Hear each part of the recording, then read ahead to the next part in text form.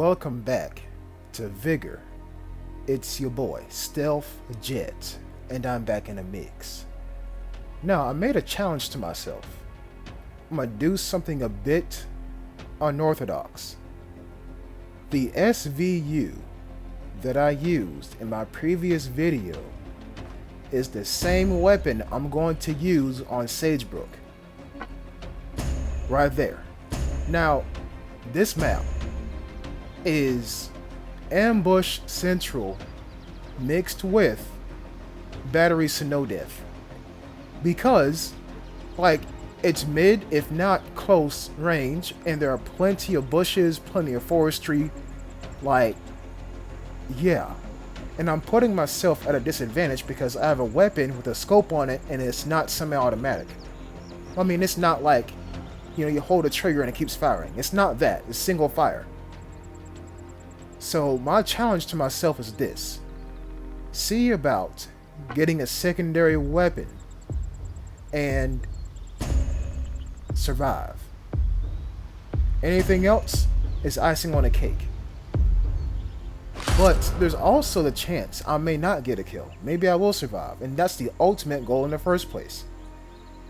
Now, I spawn pretty much to the right of the sawmill. So what do? Turn right round. Because I'm loot oriented, and I'm not worried about the sawmill of death. I'm not worried about that. I'm worried about fertilizer. And all the other stuff that I'm going to miss out on. Like this forest. Maybe there's some stuff in here. Maybe not. But yes, I've clearly outlined the goal for myself. I even used to do this in Battlefield 4. Kill somebody, take their kit, and get another kill, and, survive as long as possible. I used to do this in Battlefield 4. So, yeah, I'm doing it. I'm doing it here too. As somebody shoots off one of the locks of the container. Now, let's try to focus on heading towards the sawmill of death. Well, death surrounds the sawmill. And see if anybody's going to come up there. The lobby, it looked kind of docile. It didn't look too dangerous. But I guarantee you, bodies are going to be there. And that alarm... Wait a minute. Question. Where is the alarm on a weapons container? There are no wires. There's no horns on the container. Nothing. So how is it making noise? Thinking emoji. Now, I have an idea for Season 10. I have an idea. While the encounter is calming down after somebody shut off one of the locks. I have an idea. Season 10, right? If not Season 11. Developers, you've already added throwing grenades into the game, right? Why can't we throw knives? That would be literally the coolest thing you've added to the game since the pressed weapon.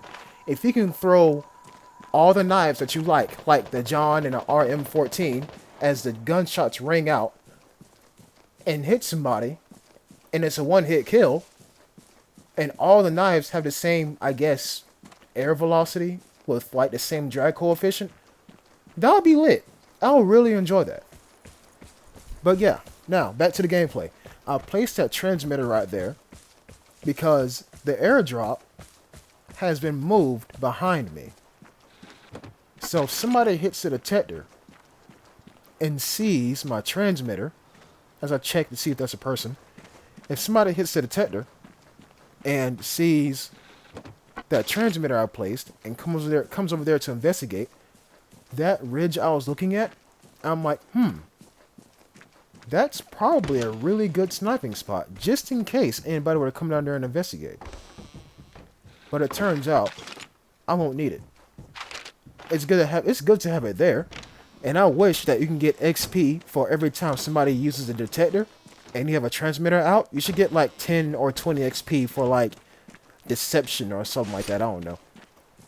But yeah. Now, what am I doing? Making my way towards the container. Yes, I know the lock's been shot off. Yes, I know it's probably open. Yes, I know somebody probably done, clean the joint out. But you never know. There might still be a chance that someone is still there. Also, what's the next move after the container when it's so close to the sawmill of death? The sawmill of death. That's the next move. Sometimes you gotta think in your potential enemy's eyes. Brain, shoes. Put yourself in their shoes. That's all I was trying to say. Now, I'm thinking like, I mean, is it even worth coming here? Is it? But remember what I told you all about keeping a camera on the 360? Just, I mean, you have no choice but to watch. But keep watching, because that's going to be very helpful in just a moment. Boom. You seen that? You seeing that? He was being sneaky too. And so what do? Be even more sneaky. I got the rocks covered. All I needed to know is his position and which way he was heading. He's heading towards the sawmill. And so what do? Position myself to have an overwatch position over him. I'm going to keep watching him. I'm going to crawl a little bit closer. That's the only thing about stealth, though. You got to be, it's slow. But it's rewarding. But it's slow. Grab the food. Because, you know, I'm loot oriented. See the detector right there. And he uses his own detector. This is when I wish I bought 2 transmitters. Because now I got no choice but to relocate. But then that happens. He just got into a sticky situation of his own. This works out perfectly in my favor.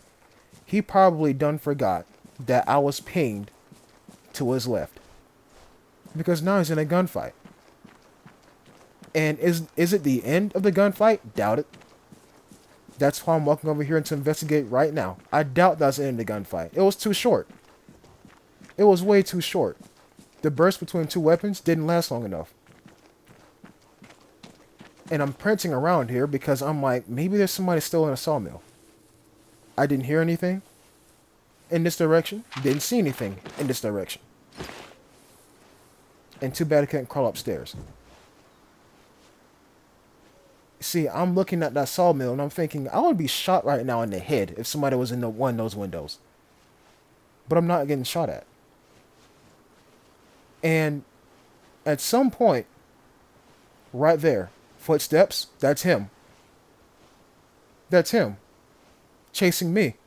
My ghost. My afterimage.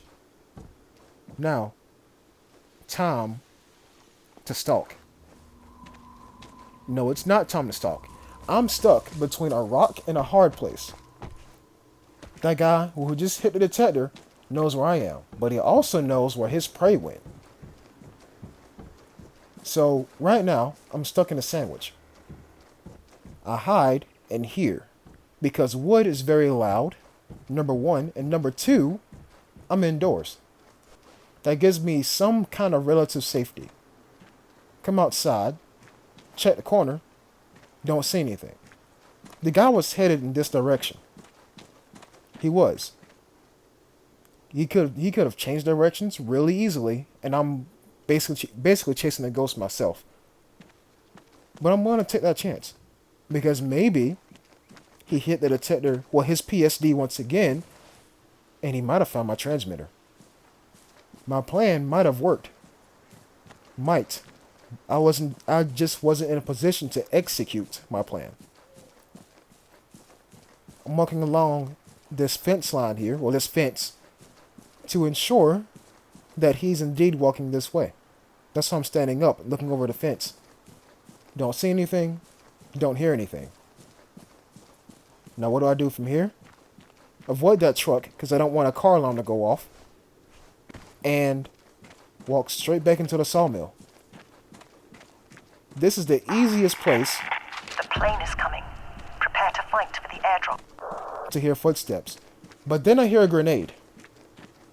Only people that have really good aim use grenades because they're trying to flush you out so they can lead you with their bullets and kill you. That's how that works. Plane flies overhead. The airdrop is behind me. But I'm still not convinced that I'm alone. I already seen one body, and another body just hit the detector. Somebody's trying to find somebody. And I, at this point, am just an optional objective. I'm wandering around in here because there is that chance, you know, the detector. Here's what I mean by that. The chance of me still being hidden, right? The detector tells you position, but not elevation. I could be hiding underneath here as another grenade goes off. I could be hiding underneath here, but they're expecting me to be above ground. Then again, I don't even need to worry about it. You know why? Gunshots. I told you it wasn't over. I told you it wasn't over, and it's still going on too. Now, the more gunshots you hear, the less time you have to get over there and watch. And yes, I'm still crouching because I don't know. Somebody may be watching me too. You never know. Right in front of me. Right in front of me. Front row seat. Now, to all my viewers out there who share the same mindset as me, who do you want to die first? Or who should you want to die first? The guy who just died. You know why? Because the guy who killed him has to come around that train and stand still against that train to loot his body. Which gives me the perfect chance to get a perfect headshot. But guess what, y'all? It's not over. It's not over at all. Watch this.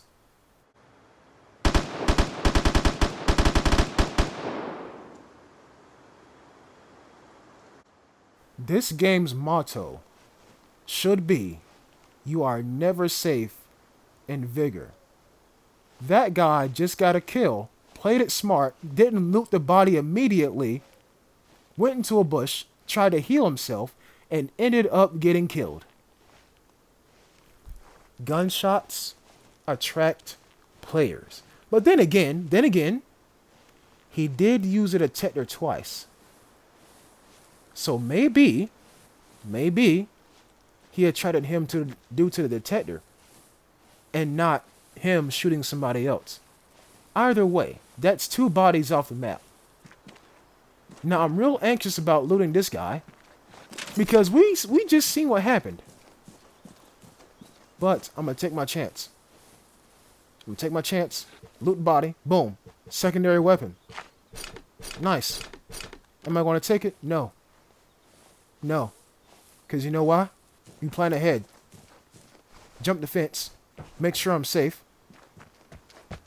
Run. Next plan. Airdrop. That guy can sit behind there all he wants.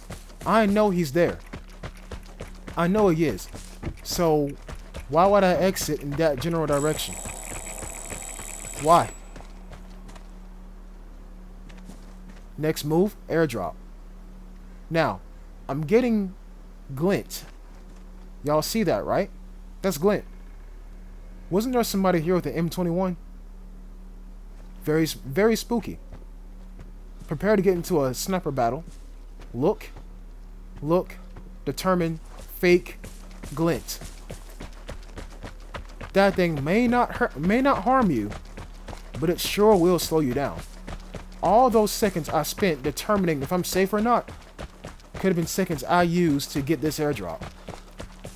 But like I said, you're never safe in Vigor. That could have been somebody. That could have been somebody's fake glint, and they're waiting on the other side of the ridge, waiting to see if somebody's aiming back at that fake glint.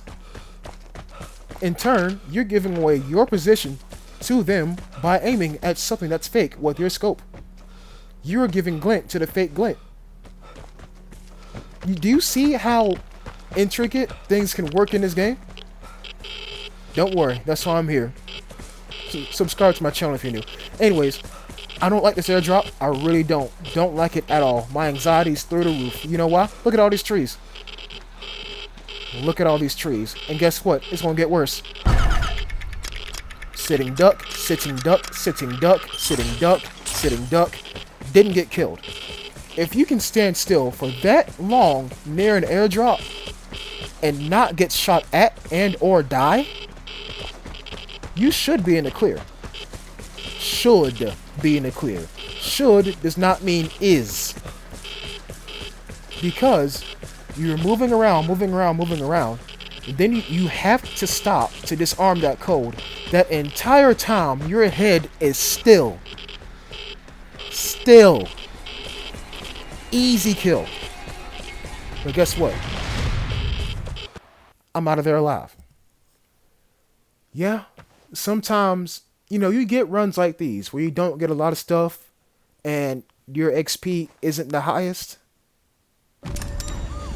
But hey, you take the good with the bad.